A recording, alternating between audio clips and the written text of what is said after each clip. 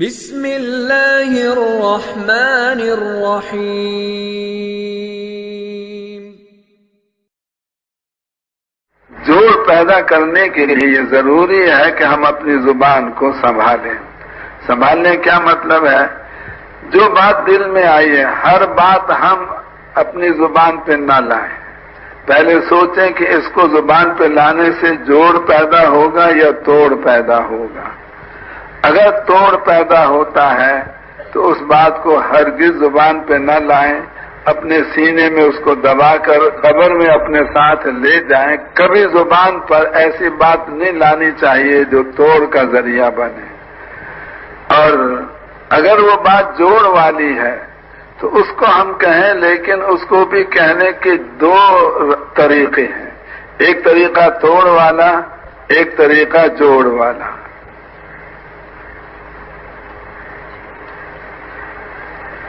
مثلا ایک آدمی کو ہم یوں کہتے ہیں کہ آپ کے والد محترم تشریف لائے ہیں، آپ باہر آ کے ان کو ملیں، تو یہ ٹوٹا ہوا آدمی بھی اس عنوان سے ہمارے ساتھ جڑ جائے گا۔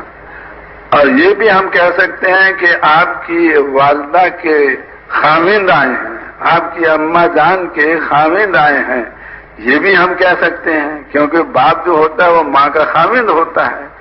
لیکن اگر اس طرح سے اس کی ہم تعبیر کریں گے تو جوڑا ہوا بھی ہم سے کٹ جائے گا کہ تم نے میری بھری مجلس میں میری ماں کا نام کیوں لیا اور کیوں کہا کہ ان کا خاوند۔ حالانکہ یہ حقیقت ہے، جھوٹ نہیں ہے، صحیح ہے، لیکن یہ عنوان ایسا ہے کہ جس سے جوڑا ہوا بھی کٹ جاتا ہے۔ تو آج ہم لوگ یعنی صحیح بات کو کہتے ہیں مگر ایسے انداز سے کہتے ہیں جس سے توڑ پیدا ہو جاتا ہے۔ اور حضرت ابوبکر رضی اللہ عنہ کی ایک بڑی صفت یہ تھی کہ وہ توڑ والی بات کا جواب بھی جوڑ والے عنوان سے دیا کرتے تھے۔ یہ حضرت ابوبکر کے بعد بہت زیادہ ہمیں سیکھنے کی ضرورت ہے، کیونکہ ہمیں پتہ نہیں لگتا کہ ہم توڑتے لوگوں کو زیادہ ہیں یا جوڑتے زیادہ ہیں۔ یہ جتنے ہم ذمہ دار ہیں مختلف مرکزوں میں اور شورا والے، اب ہمیں اس دنیا میں تو کوئی ہم سے حساب کتاب لے نہیں سکتا کہ تم نے توڑا زیادہ کو یا جوڑا زیادہ کو۔ مثلا ابراہیم میں ہم لوگ رہتے ہیں، اب ہماری بے حکمتی اور ہماری بد اخلاقی کی وجہ سے ایک آدمی یہ سوچ کے کہ بھئی اب یہ تو احسان نے میرے ساتھ بہت برا رویہ اختیار کیا ہے، میں تبلیغ بھی چھوڑتا ہوں، راوین بھی نہیں آؤں گا، کبھی اس کام میں نہیں چلوں گا۔ تو اگر احسان کی بد اخلاقی کی وجہ سے وہ چھوڑ کے جا رہا ہے، وہ بتا کے نہیں جاتا کہ میں تمہاری وجہ سے اس کام کو اور اس کام کے مرکز کو چھوڑ رہا ہوں۔ اور جو ہماری بد اخلاقی کے باوجود ہم سے جڑے ہوئے ہیں وہ ہم کو نظر آ رہے ہیں، ماشاءاللہ لاکھ سوا لاکھ کا مجمع بیٹھا ہوا ہے، اور جو ہماری بد اخلاقی کی وجہ سے چھوڑ کے چلے گئے وہ ان کا ہمیں پتہ نہیں۔ لیکن کل قیامت کے دن ہر پرانے کو حساب دینا پڑے گا کہ آپ نے جوڑا زیادہ کو یا توڑا زیادہ کو، لگایا زیادہ کو یا بھگایا زیادہ کو۔ اس دنیا میں تو انسان بولنے کا زور لگا کر اگلے کو مطمئن کر سکتا ہے کہ میرا قصور نہیں، جانے والے کا قصور ہے، لیکن کل قیامت کے دن کوئی آدمی کی بات اللہ کے سامنے چل نہیں سکے گی۔ اس لیے اس حساب کے پیش ہونے سے ہم سب کو اپنا دامن بچانا چاہیے کہ اللہ ہمیں ان میں سے بنائے جو لگانے والے ہوں اور ان میں سے نہ بنائے جو بھگانے والے ہوں۔ اب حضرت ابوبکر کے پاس دو صحابی آئے کہ رسول پاک علیہ الصلوۃ والسلام نے ہمیں زمین دی تھی، آپ حضور کے خلیفہ ہو، آپ بھی ہمیں زمین دو۔ تو حضرت ابوبکر نے ساتھی جتنے موجود تھے ان سے مشورہ کیا، سب نے کہا کہ دے دو۔ تو چنانچہ پرچہ بنا کے لکھ دیا فلاں زمین ہم نے فلاں دو مسلمان صحابی کو دے دی، اور فرمایا کہ حضرت عمر ہماری اس مجلس میں نہیں ہے، لہذا چلے جاؤ لے کر پرچہ اور ان سے کہو وہ بھی گواہی اس پہ اپنے ڈال دے۔ اب وہ گئے، حضرت عمر نے پڑھا، پڑھتے حضرت عمر کو آ گیا غصہ، اور فرمایا حضور نے تمہیں دیا تھا کہ اس زمانے میں اسلام کمزور تھا، آج اسلام طاقتور ہو چکا، تمہیں دینے کی کوئی ضرورت نہیں ہے، اور تھوکا اس پرچے پر، پھینک دیا زمین پر۔ لے جاؤ اپنا پرچہ۔ اب وہ دونوں حیران کہ امیر وہ ہیں، امیر کے پرچے کو مامور ایسے تھوک کے نیچے پھینک رہا ہے۔ وہ دونوں پرچہ اٹھا کے حضرت ابو بکر کے پاس پہنچے اور ان سے سوال وہ کیا جس سے توڑ پیدا ہو جائے حضرت ابو بکر حضرت عمر میں۔ یہ پوچھا کہ اے ابو بکر آپ بتائیں آپ حضور کے خلیفہ ہیں یا عمر؟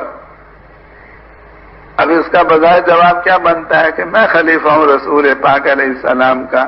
اس میں اپنے مقام کو اپنی زبان سے ظاہر کرنا، اپنی بڑائی کا اظہار، حضرت ابو بکر میں اس کی کوئی ذرہ برابر بھی گنجائش نہیں تھی۔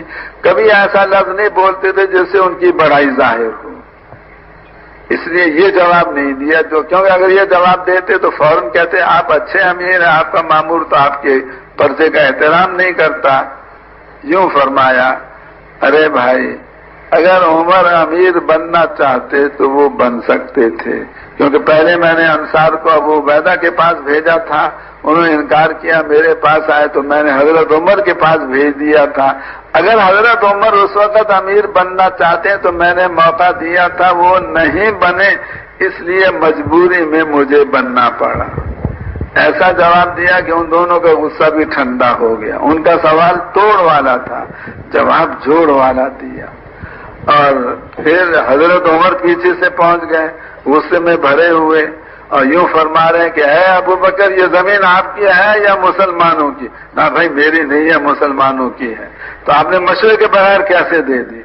اب اس کا جواب حضرت ابو بکر کے پاس ہے کہ سارے مسلمانوں سے ایسے مسئلے میں مشورہ کرنا ممکن نہیں، جتنے میرے پاس تھے ان سے میں نے مشورہ کر لیا تھا، سب نے کہا تھا تو آپ تھے نہیں، آپ کے پاس میں نے پرچہ بھیج دیا۔ تو حضرت ابو بکر حضرت عمر کو ایسا جواب دے سکتے تھے جس سے وہ لاجواب ہو جاتے، لیکن ان کا غصہ اور بڑھ جاتا، تو یہ جواب نہیں دیا کیونکہ اس میں پھر توڑ پیدا ہوتا ہے۔ کیا جواب دیا؟ اے عمر میں نے اسی لیے آپ سے کہا تھا کہ آپ خلیفہ بن جاؤ، میں کمزور ہوں، لوگوں سے دب جاتا ہوں، آپ طاقتور ہو، آپ لوگوں سے نہیں دبتے۔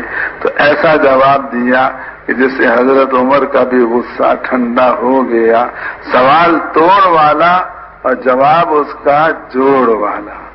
آج امت کے بے شمار ٹکڑے ہو چکے ہیں اور جو امت کو تقسیم کرتا ہے، کچھ کو اپنا سمجھتا ہے، کچھ کو غیر سمجھتا ہے، وہ رسول پاک علیہ السلام اور صحابہ کی محنت پر پانی پھیرتا ہے اور امت پنے کو وہ ذبح کرتا ہے۔ اس لیے اللہ ہمیں ان میں سے نہ بنائے جو امت میں توڑ پیدا کرنے والے، اللہ ہمیں ان میں سے بنائے جو امت میں جوڑ پیدا کرنے والے ہوں۔ کیوں بھائی یہ صفت اپنے اندر پیدا کریں گے نا انشاءاللہ۔